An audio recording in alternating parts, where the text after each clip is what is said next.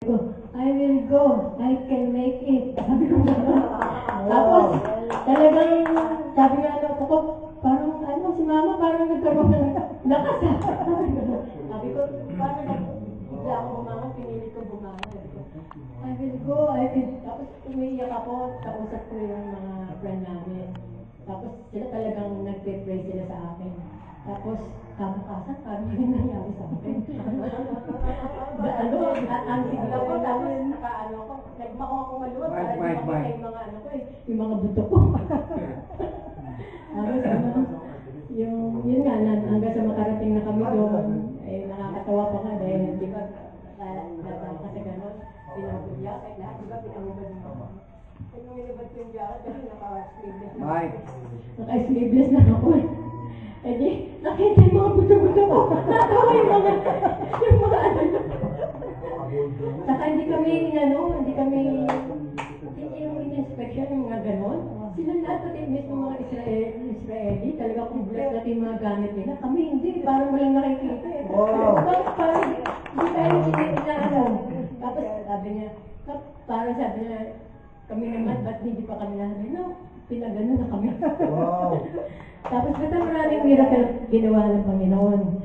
Tapos, nung namasyal na kami doon, binaptize ako sa Jordan River, pinalit ang pangalan ko, Nessa in Hebrew. Meaning, miracle. Talagang maraming miracle nangyari sa akin from the start ng ganun, hanggang sa makapagarahan na ako. Yung lahat ko kasi lumaki ng ganun. Tapos ang puso ko. Bakit hindi mo nakauna ilig sa sabi mo? Eh, basta ang nilabas sa buong katawan ko, 10 kilos. Wow! Yung buhol ko, 3 kilos. Yung liquid, 7 kilos. Wow. Kaya 10 kilos yung dala-dala ko. Sobrang hindi ako ganyan. Namamatmanas na. Oo. Kaya talagang expected ko na yung ganun ako. Na more. Talagang siguro 90%. Yun, sabi ko naman sa mga anak ko, mamatay mabuhay. Saka accepted ko naman.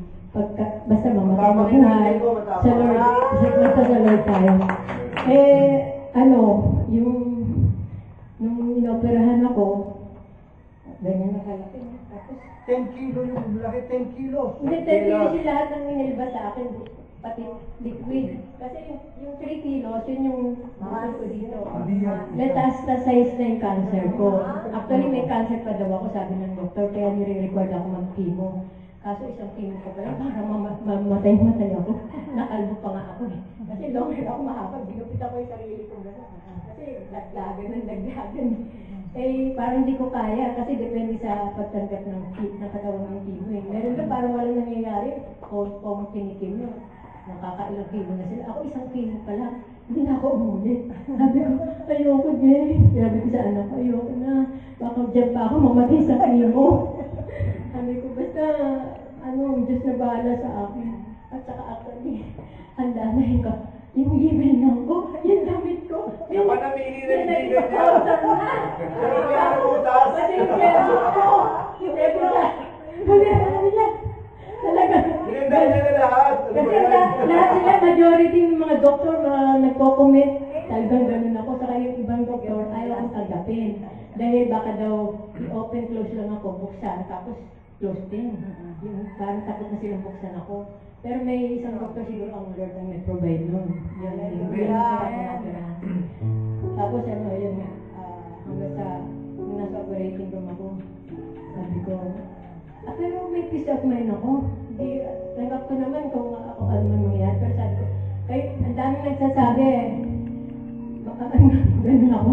Pero sabi ko, yung nature ko, and wala pang pinapasya. Sabi ko, pahalang Panginoon siya magpapasya kung hindi niya na ako, hindi. Pero talagang nag-rank ako sa yung para bang madilim na dinaan ako sa apoy, ang sakit-sakit ng mga pain ko, ng mga ano ko. Pero alam ko, hindi ako binibitawan ng Panginoon. Saka ako hindi ako binibitaw. Kasi I know who holds my future. Yun, ganun talagang hindi ako bumibitaw sa Panginoon. Kahit anong mangyari. Mas lalo pa nga ako tumibig kasi kahit anong mangyari, mamatay, mabuhay. O tanggap ko yun. Akala ko yun, yung mga ganun. Saka yung pain na naranasan ko. parang sagad na nga yata yun eh. Kaya pag dumating yung mga pain, ano na, parang, kaya kayo maganda kayo, baka mamaya daan na kayo ng Lord sa apoy. Topic namin kanina yan. Sabi ko, lahat tayo dadaan sa apoy. Taas yung kamay na gustong dumaan ng apoy.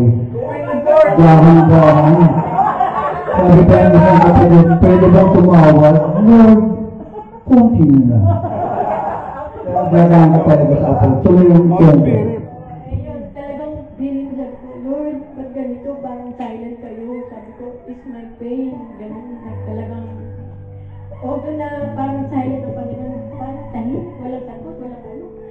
Pero hindi ako bumibitaw, saka alam ko, hindi, pinangahawakan ko yung mga promise na yung mga kailangan niya. Alam ko, hindi ako bibitawan ng Panginoon. Kaya, dami ko na dinanas, pero ito, boy, ang dami nga nagtataka sa, pa-open ako na, yung iba dapat nakahiga lang dito, saka sobrang lungkot, sobrang ko. Hindi, yung attitude, mas nakakatulong din yun eh. Saka yung mga ano, sa madaling salita, basta ang Panginoon ang who holds my future, kaya ako yung nandito pa. Oo, ang nagbinyag dyan, si Pastor Morocco sa Manila Bethlehem. Kaya Joshua, pinangalan kay dyan. Kasi Joshua, di ba, the Lord say, ang meaning. Lahat sila may meaning.